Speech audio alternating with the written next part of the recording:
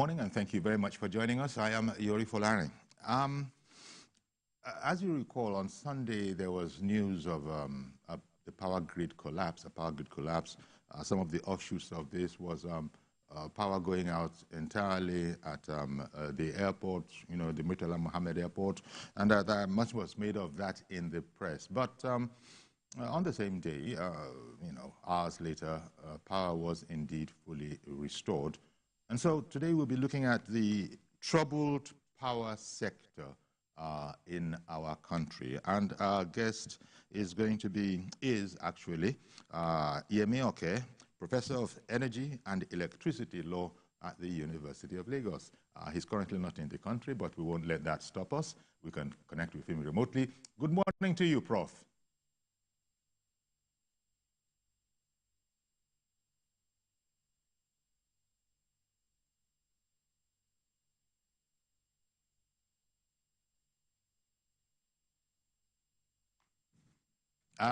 I did say good morning to you, Prof. Good morning, sir. Okay, thank you very, very much. I had just been boasting that Professor Oke is not in the country, but we would not let that stop us. And then, unfortunately, there was a glitch. When I said good morning, I didn't get a comeback. A fine morning to you, Prof. Good morning. Nice to hear your voice again. It's been a while. Same here, Prof. And compliments of the new year, because we'll continue to say that, even as we are in February. Well, we are laughing now. It's not as if it's not a serious matter, but perhaps not as serious as some people tried to make it out. There were reports of the national grid collapse and on Sunday, but on that same day, I think hours later, there was a restoration. But in the meantime, it had wreaked havoc. Okay, now going from there, it wasn't as if that was a solitary incident or it was one in a very long while. There had been a number of such collapses. And what they're saying, what we're being told has emerged from investigations is that it's an inadequacy of a gas supply. Prof, how troubled, really, would you say that the Nigerian electricity power sector is? How troubled is it? Well, I would say it's a scary situation. It's a worrisome trend. I mean, if anybody doesn't know the extent to which we are challenged as a nation, then you need to read the power outage at the international airport. It's as embarrassing and as serious as you can imagine. We are in a serious, challenging situation as far as the power sector is concerned. But talking about the grid collapse that you mentioned, I've said we have had several grid collapses. Quite frankly, we expect as industry persons, we expect to have more. At some point, we are predicting almost accurately we're going to have 14, we're going to have 15. At some point, we're having 13 in a year. Around November, we are saying, oh, 2 to go, and it happened. Nobody is happy with those trends. When we talk of grid collapse or collapse, there are several reasons why a grid will collapse. One, its grid is like the warehouse of what is generated in the country before it is distributed. And that is managed by the federal government. When Nigerian power sector was conceived, it was conceived as a federal monopoly far back as even in 1861 when it first started. The kind of grid that we have was envisioned not for the kind of humongous population and social advancement, socioeconomic advancement that we now have as a country. What have we done now that we are faced with the challenge of inadequacy of our grid infrastructure? How much of expansion have we done? And when will we start to expand those grid infrastructure? How do we monitor our grid? Because you must have a situation room. In this age and time, we can't be talking of grid collapses because those infrastructure will have given you early warning signs. No, these are high-tech things that will let you know that in a particular turbine, in a particular substation, there are certain challenges, there are certain pieces, there are certain things that are not properly aligning. In a typical situation, if you allow two positive wires to bridge, if you have a good cycle system, it's going to trip off. The same thing. So even for overgrown weeds or trees, they could cause a kind of breach in the transmission infrastructure or transmission lines. So how do we monitor those? How do we take care of those? Also, when you have a grid that is designed for 3,000 megawatts, in trying to expand, you are trying to take on board 4,000 megawatts of generated electricity. It's going to burst. The same thing in the pipeline. If you have a pipeline that's designed for 500 liters or 500,000 liters, if your demand outstrips that, then you want to expand, you can't put 1,000 liters in a structure that is designed for 500. That's the challenge we're having. That's why we've been hearing of grid collapses, load rejection, and you can't store electricity. If a megawatt is generated and is rejected, where is that going to go? There are several reasons why we tend to have grid collapses, and we might continue to have grid collapses as a nation because we haven't really done what we ought to do. And who's in charge? Federal government keeps on to the transmission infrastructure. TCN is still a federal asset, but is a regulated entity. NRC is the one in charge. And when we had those grid collapses in the past, well, there were no sanctions. It was as if nobody was in charge. We didn't hear that anybody was seriously sanctioned, and there are certain things were done radically. As a country, we've made our mistakes in the power sector. Quite a number of those mistakes.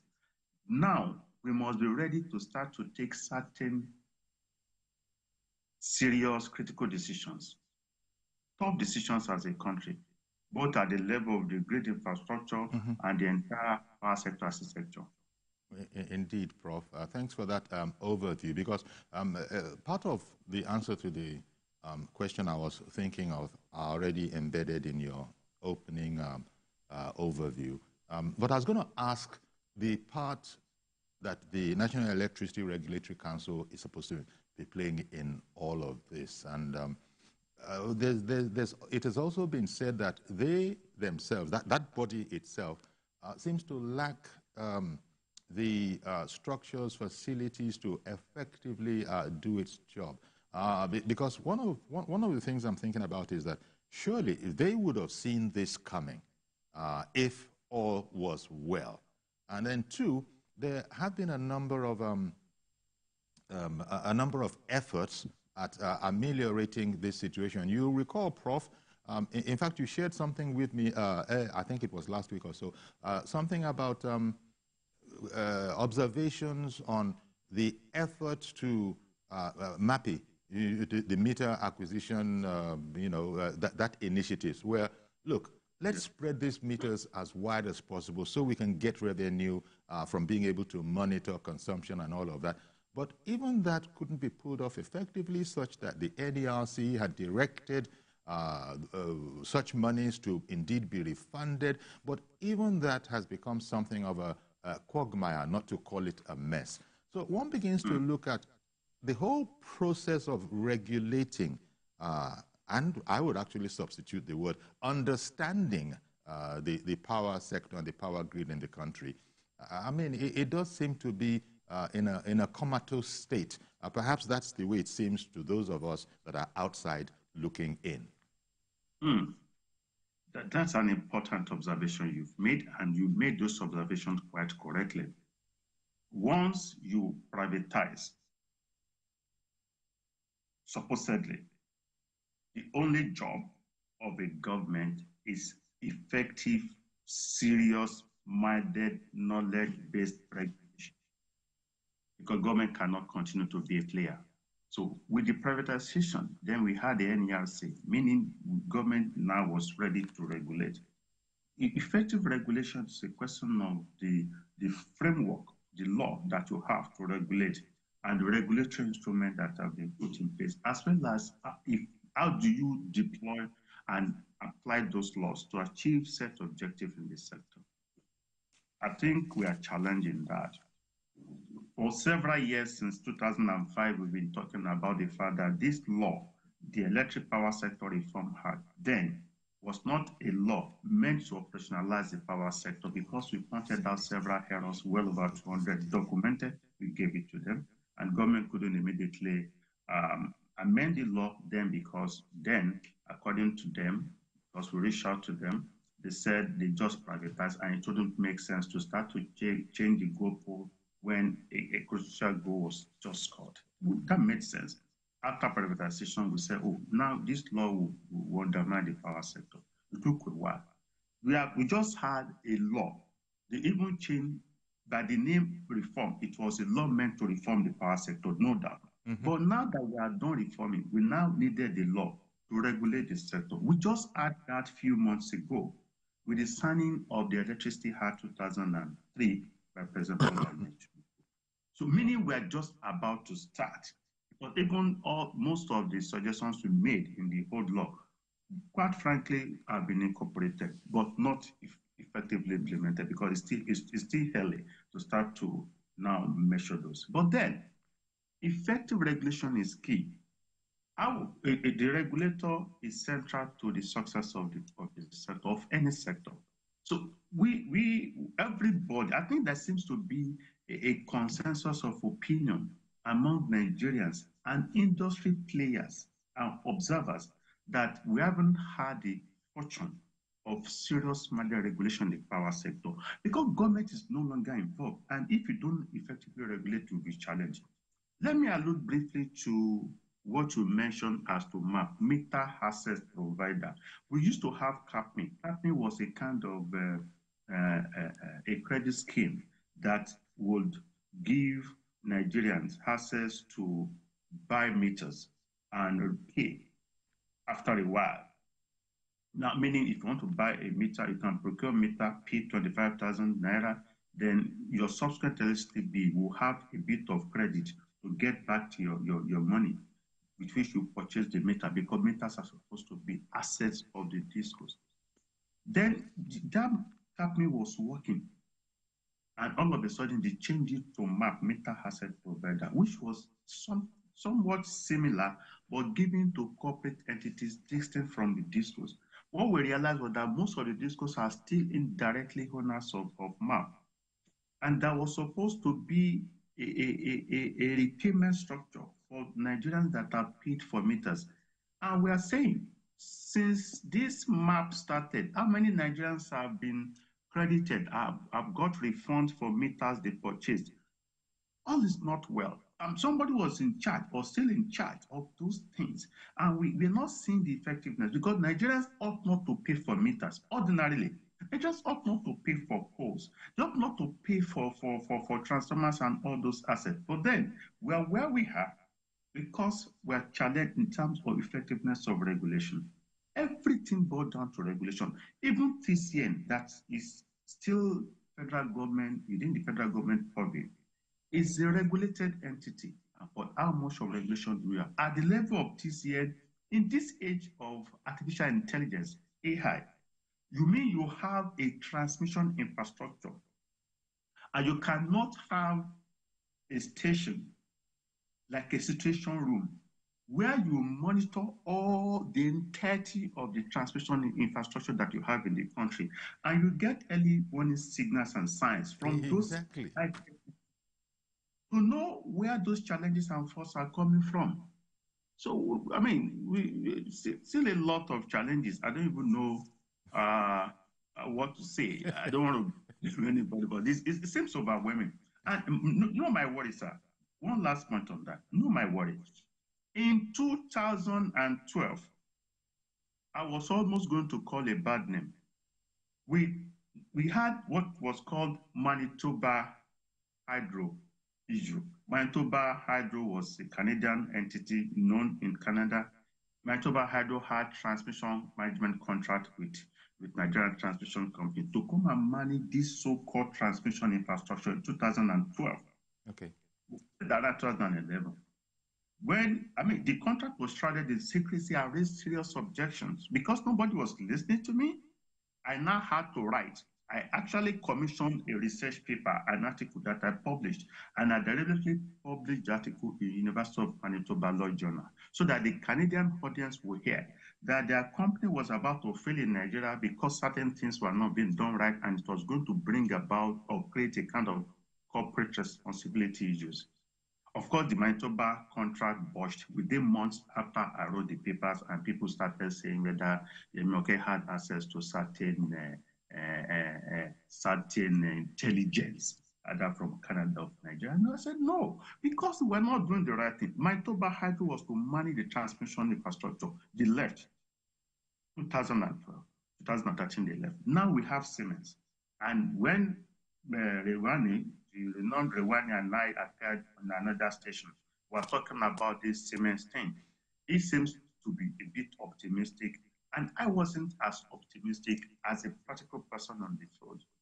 And now we are where we are. Siemens has been on, and the president had to go to Germany to go and engage the German chancellor to speed up Siemens miracles that we are still expecting. I'm not as optimistic to tomorrow. Maybe I want to be pleasantly surprised.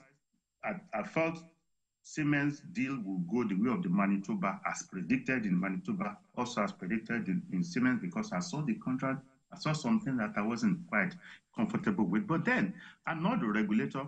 I can't speak for government. I'm not the one in charge. I'm just a concerned Nigerian, and I've been talking for more than 2 decades as to what we need to do, and we're not ready to do. I don't think we've done, and we're ready to do those things. But I expect Nigeria now to start to take very serious and unpleasant decisions in the power sector if you must get it right. Well, one hopes that that indeed will be the case. But when one looks at the fact that when you compare what we are playing with in Nigeria, talking about 3,000 megawatts, there is a concern. It is said to be grossly inadequate, especially when you compare one with our aspirations, our ambitions. Here we are inviting the world to come to Nigeria. The market is open. President Bola Tinubu has been carrying that campaign. We're ready and willing to do business. But how can you do any of this without power? Now, I want to ask you, Prof, incessant grid collapses is one thing. We've touched very, very briefly on that. But there are calls for subsidy removal in the power or energy sector. I didn't even, well, maybe enlighten us a bit about the nature of, subsidy in that sector. Let me start from where you initially took off, because that's important. Said we were having 3,000 megawatts before.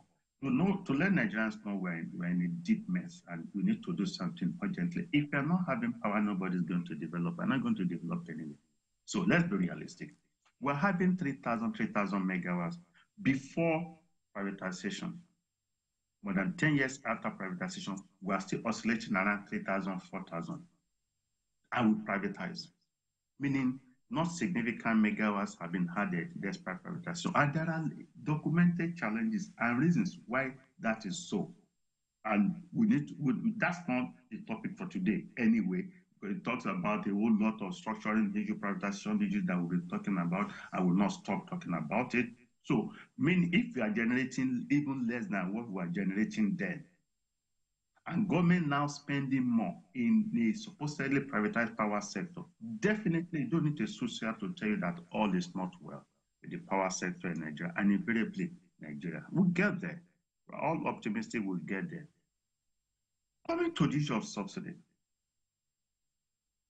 I, Yemi Oke, am of the considered view, speaking for myself, that Nigeria is spending, the energy sector now as a bunch is over subsidized. We just got done away with the subsidy in the petroleum sector with the bold step taken by President Bola Tinubu. And I have to open on that. A lot of Nigerians are not aware that power sector is also seriously subsidized at various levels. We have MBUT, Nigerian Bulk Electricity Trading Company. That is a bulk trader that buys whatever megawatt that is generated so that the gencos will continue to produce. And whatever is produced, whether or not it's consumed, is paid for or guaranteed by the federal government. There are levels of subsidy in the power sector. I am of the opinion that we are subsidizing inefficiency. Who are we subsidizing? Because the same thing in the petroleum sector. The subsidy in the power sector is huge. That's not the real topic for the day because we don't want to go into the mathematics of subsidy. But who are we subsidizing? Mm-hmm. At what point? Let me give you a typical scenario of a yam seller.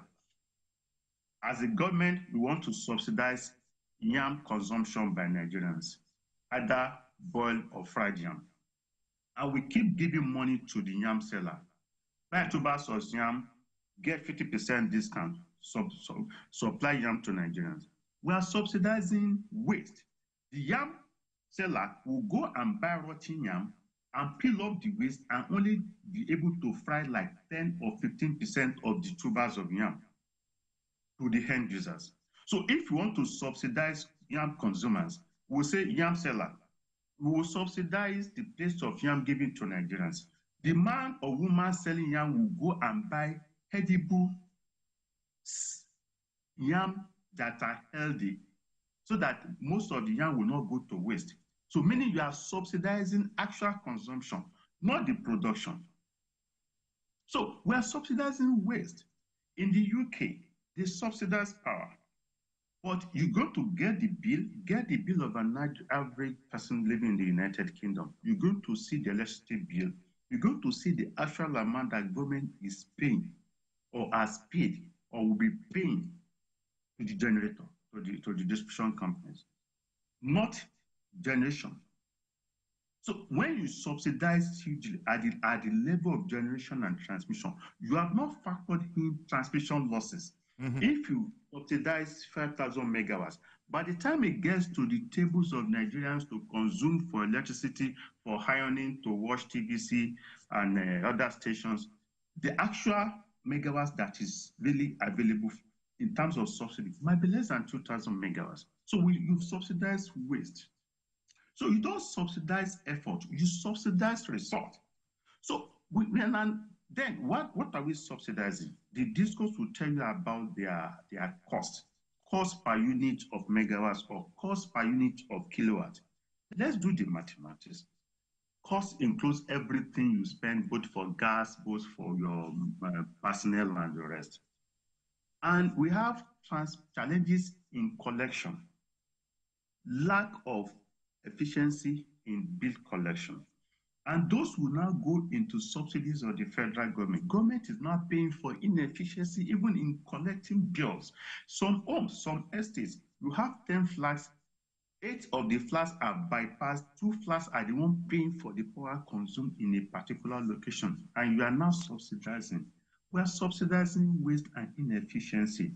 When we get the discourse now to work on their overall cost, to bring on board efficiency, serious efficiency in the distribution, then you minimize the waste. So we can now determine what is actually being subsidized by the federal government if you must subsidize. But the power sector is not designed for that kind of subsidy. In the old Electric Power Sector Reform Act of 2005, I argued the same thing when tariffs were about to be increased. I said you cannot even think of increasing tariff without first putting PCAF in place. PCAF is a statutory obligation. PCAF is Power Consumer Assistance Fund, PCAF. It was in the old law. Gladly, PCAF framework is in the Electricity Act recently signed by President Bola Ahmed Tinubu. And Nigerians should be surprised to know that the PCAF structure has not been constituted. That is a mechanism that gives subsidy to poor, underprivileged Nigerians to be able to consume electricity when tariffs are being jacked up. So when you don't put PCAF in place, you end up subsidizing the high income earners, those who can afford their patterns of consumption, putting on AC for 24 hours. Not those who need electricity just to iron their clothes and watch TV in the night, maybe 1 or 2 points of fan to cool off for an hour or two. So there is great inefficiency in the management of the subsidy framework because pickup has not been effectuated, even under the old law and under the current laws. There's a lot of challenges in the power sector. It still is scary, nevertheless, to hear people calling for subsidy removal, even as you have explained it, that most Nigerians don't even realize that the sector is being subsidized. You referred to the UK briefly, and I recall, Prof, that there was a real crisis, consternation in the cost of electricity. The government was even talking about needing to come in and help, not about reducing, but it was such as it was, and there was danger. We don't have the climate where people could freeze to death, overnight in their beds in Nigeria, but it's as serious as it is over there. And there was an outcry that especially elderly citizens couldn't afford the electricity they needed to survive. So I was looking at, if anybody is calling for subsidy removal, such as you've explained to us, that unless you might not have known, but we're actually being subsidized. I mean, look at what has happened as a result of the removal of subsidy on fuel. Now remove subsidy, people can hardly pay what is required now. Yet, I take your explanation on board. The whole thing is looking a bit suicidal. If the right thing... The subsidy is wrongly channeled. That's my conclusion. The subsidy is wrongly channeled. If you want to subsidize Nigerians, we know who to be subsidized. These subsidies are going into wrong avenues, going to wrong pockets, going to the wrongs of those who wouldn't even need the subsidy in the first instance. In the analogy of the yam that you made, Prof, I beg your pardon, in the yam analogy, you spoke about the sellers. You didn't even go to the producers, the farmers. So I was waiting for a connect in there. No, what we're saying is this: if you are, let's take it that the seller has produced yam, they have sold it to the retailer. And the retailer is now to give to those who are going to go, I mean, the wholesaler rather, and the wholesaler is going to give it to the retailer. And if you are saying you want to subsidize yam for consumption, please subsidize the plate of yam given to me, not the tubers of yam. Because if you subsidize tubers of yam, you are telling the yam wholesaler to be buying rotten yams. At the end of the day, most of the yams will get killed off as waste. The quantum that will be fried or roasted for me, put on my table, will be less than 10% of the actual tuber.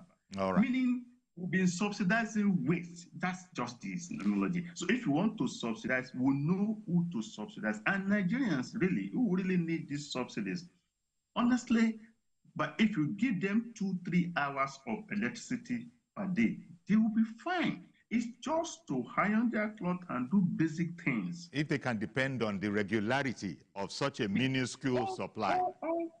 I still say, Nigerians are willing and ready to pay slightly more for electricity if it's available. You think, Prof? But you think so, Prof? Nigerians to pay for darkness is criminal. I got to take a break. I got to take a break now, Prof. And this is quite exciting as you're explaining it to the public. We'll take a break. When we come back, we'll look at the gas constraints and as it relates to the collapse of the grid, incessant collapse of the grid, and also the issue of dishonesty within the system. Talking here about energy thefts. I don't know if that's a particularly unique Nigerian situation. We'll be right back. Please stay with us, Prof.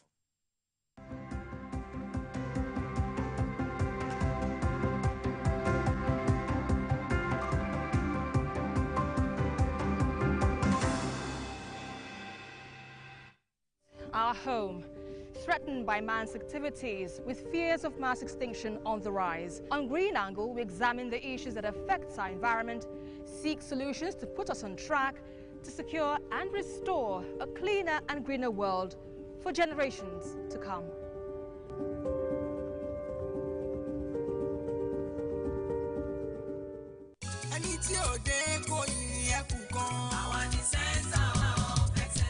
Lagos is the most visited state in Africa as the 5th largest economy on the continent.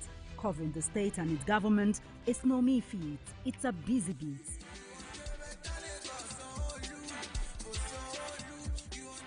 We go beyond the curtain of tapes to travel in far into the deep. I want to thank the Lagos State government for the healthcare facility. To bring stories that cut across all spectrums. A greater Lagos shall be ours. We tell you stories that define our collective well-being as Lagosians. I'm Adedoja Salamadini. I live in Lagos, inside Lagos.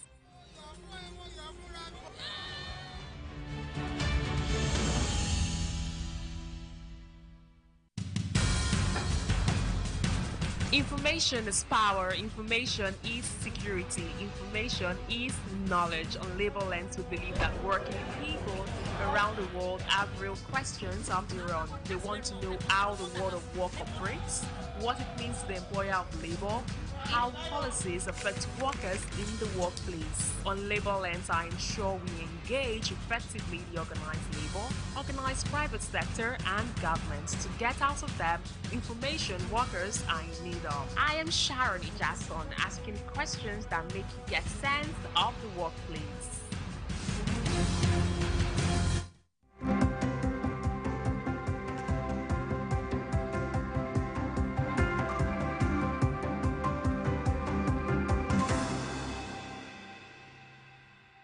Okay, welcome back. And our guest is Professor Yemi Oke, Professor of Energy and Electricity Law at the University of Lagos. He is joining us remotely by Zoom and continuing the conversation where Professor Oke has been explaining some of the constraints and features of the Nigerian power sector. We spoke, and we can't speak at length on the whole matter of the subsidizing of the sector.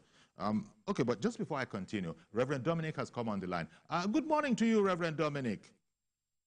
Good morning, Chief Yori. Thank you. Good morning to that wonderful professor. Thank you very much for calling in, sir. Please be brief, sir.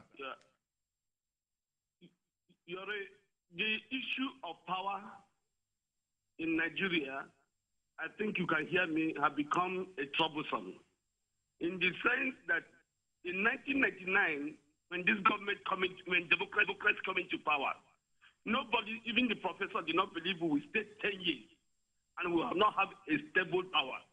In fact, there was a minister in Obasanjo government who spoke the truth, we can call it truth now, that will take Nigeria 50 years to get power.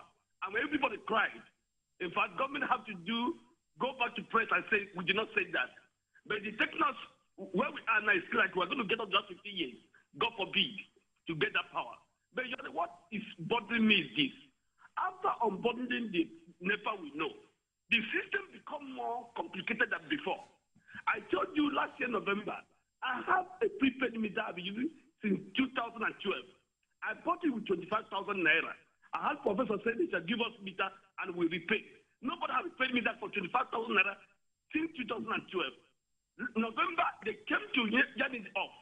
I went to the office, as you know me. They said, well, the meter is 10 years. They have to remove it.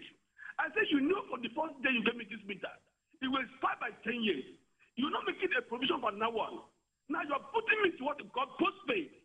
Now, after you know about 10 years ago, that meter will expire by November. Now, since November, I'm in postpaid, no lights. And before, I'm not worried because I have prepaid. Whether light come or not, I know I pay what I got. Now they're going to bring me bill of darkness for about 3 months. Who does that? Yes. They talk about UK or United Kingdom. One of the guests also said the same thing, that in UK, every 10 years, meter expires. Why in UK, when it's expired, they're replacing? But in Nigeria, we have the best professors, engineers. 10 years later, we are very bad. They told me yesterday that it's no more 150,000, it's now 156,000. And when I pay it, I have to wait for 3 months. What kind of a system is this? Thank you very much, Reverend Dominic. Yeah. These are part of the frustrations within the system. Professor, okay, you've heard of the good Reverend. You've heard of his woes. But please comment on that if you will. But also let's move on to the matter of you know, the gas constraints we're hearing so much about, and indeed, in the midst of all of this milieu, energy thefts. How big a problem is that? Gas constraint is there because most is the feedstock for most of the power that is generated and distributed in Nigeria, no doubt. But gas is an international commodity.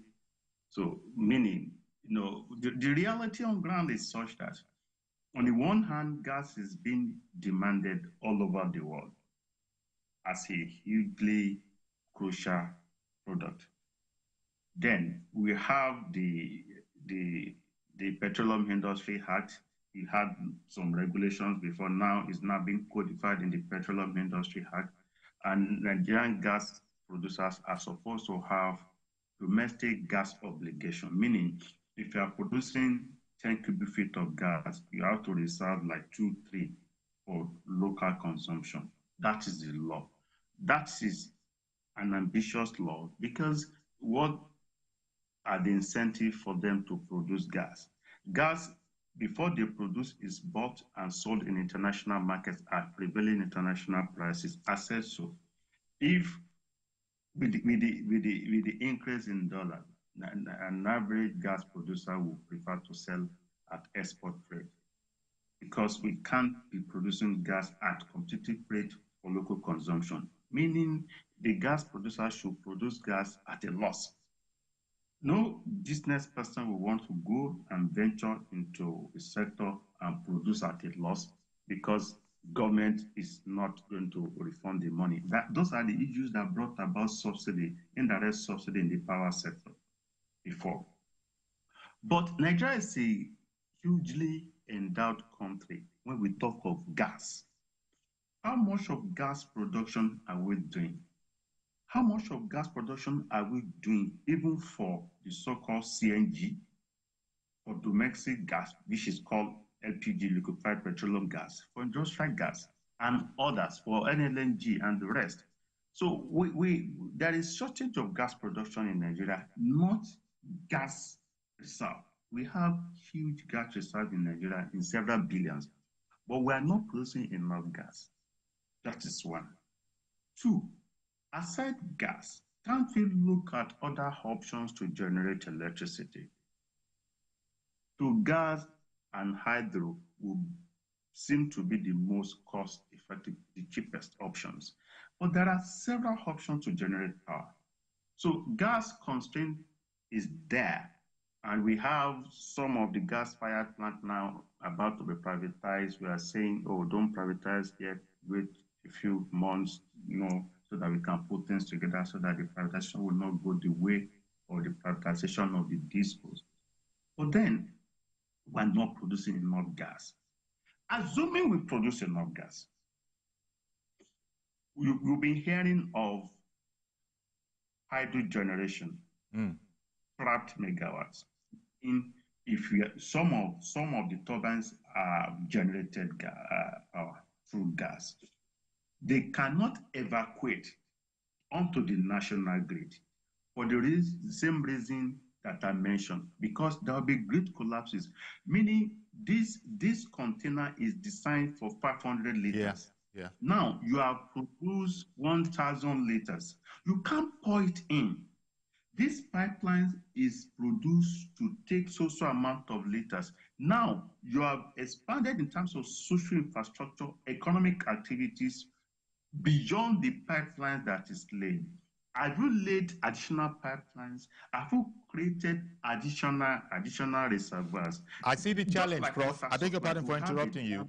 I beg your pardon for interrupting you, but I see the challenge. Thank you very much, sir. Femi in Alagbado has been waiting to join us. Good morning, Femi. Good morning, Uncle Yori, and good morning to your guests. Thank you for calling in. Yes. My own view, the way I view the federal government cyber that is vision of the power sector, is just an advanced Yahoo against Nigerian people, fully backed by the federal government.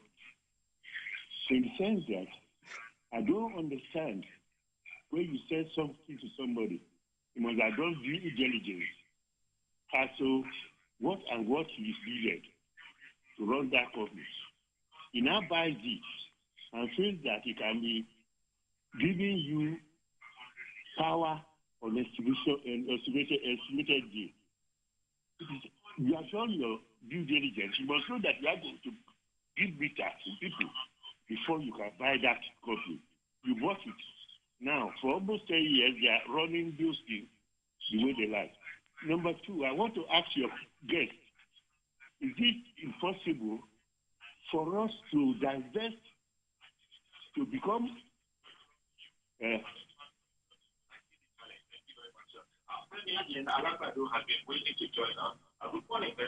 Hello, good morning.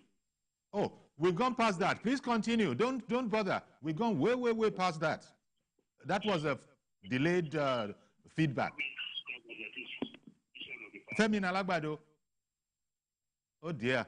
I think the whole. Prof, you heard some of the things. Yes. I got him. And incidentally, the message I sent to you last night says was something written by another colleague which says the framework, the map is a Yahoo thing. Indeed, I saw you smile there. And we use the word, the whole sector is a Yahoo thing, but it's not being perpetrated by the federal government, definitely. Of not the government of President Bola Ahmed Tinubu. I can say that for a fact because by antecedent, we know here is a man who had, not knowing what the nature had in stock for him, tried to also undo this over-centralization of power generation, transmission, and distribution. I always say that with the Lagos Aaron example, that was frustrated by the federal government, but unfortunately now is in by the then federal government, not this. By the then federal government. And nature has created it in a way that the man who got frustrated then now has the yam and the knife of the power sector. So Nigerians are waiting now. So now the total federal might is you. So no federal might excuses now. And we are all chat. I'm sure something will be on. So federal government, I've seen the body language of the current federal government, which is positive. And that is why some of us are encouraged to keep digging, to keep studying the challenges, to keep coming up with solutions. There is nothing I'm going to say anywhere on here that I will not put my own research-based practical solutions or suggestions. Because these things is not just to talk about the challenges, we also must talk about the way out. Some of the solutions. So talking about the issue of gas, I said let's incentivize gas production. If gas being an international commodity. Yes. Sorry to jump in, Prof. Yes, indeed, you did. I'm so sorry to jump in. Apologies, sir. But yes, we did get the point that you made. You even made the other point about possibly, can't we explore alternatives? Hydro. Exactly. Now, how? So we are done with that. Yes, in the midst of this milieu, energy theft, how great a threat is that to our aspirations? It's a major threat, no doubt. And I will blame the discourse. Do you know I'm going to blame the discourse? And I'm going to say this on here for Nigerians to hear. I did a seminar for judges and justices and stakeholders in Kaduna. It was sponsored by Kaduna and Kano Discourse. We are talking about this same challenge. And by the way, Kano, sorry, sir. By the way, Kano Disco that you mentioned just reminded me that they say they have been refunding to consumers, the investment. No, they say, but let me not put anybody on the spot now in terms of what they are saying they are doing or not doing. But the issue is this. So we went for that training, and somebody was talking about one of the operators, I think Kano was talking about their challenge of Bashiga, meaning you cannot enter.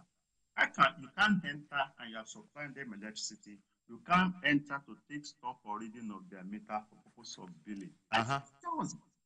That's a major problem. So meaning they're going to be supplying electricity at a loss because they keep consuming and they can't access to know the number of consumers. And the way their homes are built there is interlocked. You have one small house and you have several pots behind. So that's a challenge. Then we now had another training for the Abuja. And I said, what are you doing about this state? You produce a steel And you are talking of your AT&T losses, meaning aggregate transmission and distribution loss and whatever. And so you are losing so much, and you're putting the cost on the few consumers that you have without increasing the consumer network production. But if you have 3,000 megawatts, your cost of production of 3,000 megawatts is going to be spread on consumers. So if the same thing, if you have 20,000 megawatts, you are going to spread the cost, and it won't be as expensive. It's about effectiveness. And we now said there are laws that you can make recourse to prosecute these offenders. And we have to tell them that there is miscellaneous provisions act, the penal code, the criminal code act provisions for electricity law. Just because of the inadequacies of the old law that said was a law meant to reform. The law then, the Electric Power Sector Reform Act, provides insufficiently for theft and related criminal law issues in the power sector. And we criticized and we also suggested work to be done. Gladly, of course, they listened to it because we now have robust criminal law provisions in the Electricity Act of 2023. Part 10 devotes sections 208 to 223 to electricity offenses. Okay. Theft of electricity is provided for. Theft of electricity lines and materials. There is receiving stolen electricity, interfering with meters, intentionally disrupting power supply. All the offenses that were not provided for are now being provided for in the laws. Meaning, we have a job at hand. We need now to ensure that we implement and invoke these laws. Okay, let me bring in, I beg your pardon, sir. Sorry to interrupt you. You know the nature of our program. Mr. George has been waiting for quite a while. Good morning to you, Mr. George. Thank you for holding on. Thank you, Uncle Yori. Uncle Yori, it's about 5 months or plus now that the minister took over in this government. The Minister of Power, I stand to be corrected, up to now has not presented his roadmap to the Nigerian public. Minister of Interior, he didn't spend 1 month in the office before he presented. Minister of Works, Minister of Abuja, they didn't spend 1 month before they presented their roadmap. But that was as important as power is. We don't see the roadmap presented by this Minister of Works or Minister of Power. The national grid collapses almost on a monthly basis. We don't hear him say anything. Uncle Yori, I'm aware that Governor El-Rufai, before he went for the Senate confirmation hearing, had already formed a team that he wished to address this power issue. Unfortunately, I don't know what went wrong. If you ask me, I will advise the president to bring El-Rufai back to that ministry and redeploy this minister. It seems his ability lies elsewhere, not in power. Okay, Mr. George, thank you very much for calling. Really, we're fast running out of time. Prof. That's an opinion. That's an opinion. All I know is that the president reserved the right to appoint people and assign them roles. And I know the Minister of Power, of course, the country is challenged as an entity, so not an isolated case by the time we talk of the power sector. Okay. I'm sure you must have been trying his best. So I'm sure he has a roadmap somewhere to be unveiled, if not unveiled already. Prof, there are a couple of other things that I really wanted to touch upon, and we're fast running out of time. This whole matter about the loyalty or patriotism of Nigerians when it comes to national assets. And here I'm talking about assets and facilities vandalization. How serious a problem is it in the power sector? It's a major problem. It's a major problem. Unfortunately, the law didn't envisage the magnitude of the problem before. It's now that the law is now providing for it. Maybe the miscellaneous offenses Act provided for something in terms of theft and related issues, but then it weren't seeing substantial levels of implementation or application of the laws to trial offenders. When we have talk of national assets, And that's why I said in one of my write-ups that the Nigerians are the ones undermining Nigeria. Because, you know, when we have national assets, it's an asset for all of us. And Nigerians have vandalized. Some bad, unconscionable Nigerians, unpatriotic elements will go and vandalize it.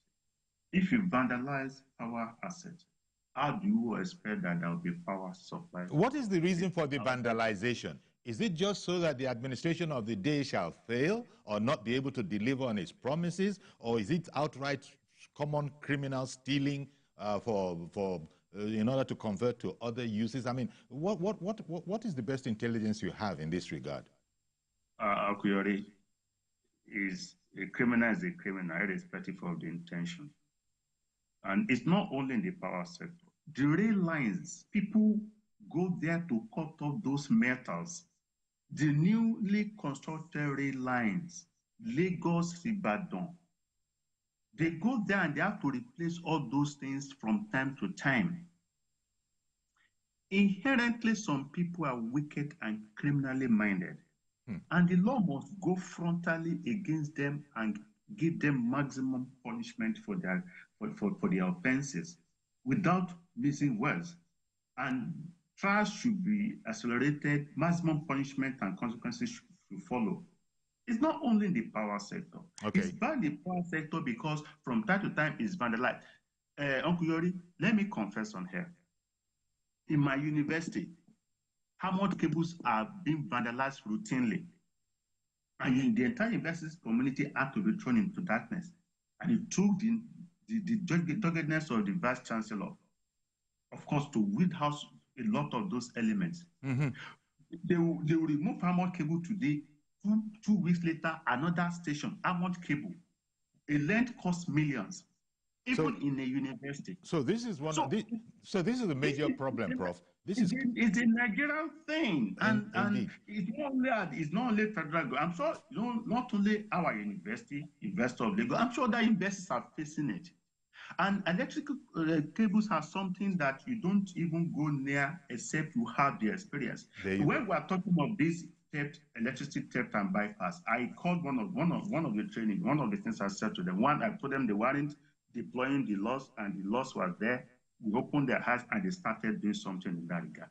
And we told them, we had cases of some of their staff who ought to generate a bill of 3 million, 5 million for certain business concerns. And they will go and collude. They will raise a bill of 1.something million naira.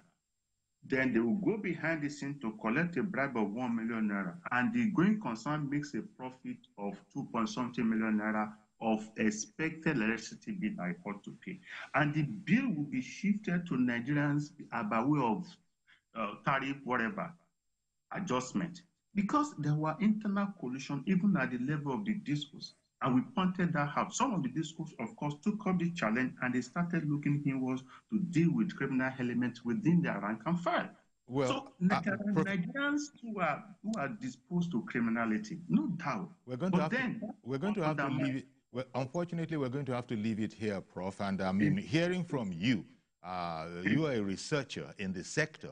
So this is why the tale is even more distressing in that you must be talking from a point of view of knowledge. We've run out of time. We didn't get a chance to really relate to some of the solutions that you have also been considering. But then there'll be another day. Thank you very much, Professor. We think of the solutions. We have them documented. At some point, I'm sure we'll have the opportunity to apply those. Indeed. Thank you very much, Professor Yemi Oke, Energy and Electricity Law Professor at the University of Lagos. Thank you very much once again. That's our program. Please join us tomorrow. Indeed. Join us tomorrow, please, for a fresh edition of the program. I'm Yori Folarin. Bye-bye for now.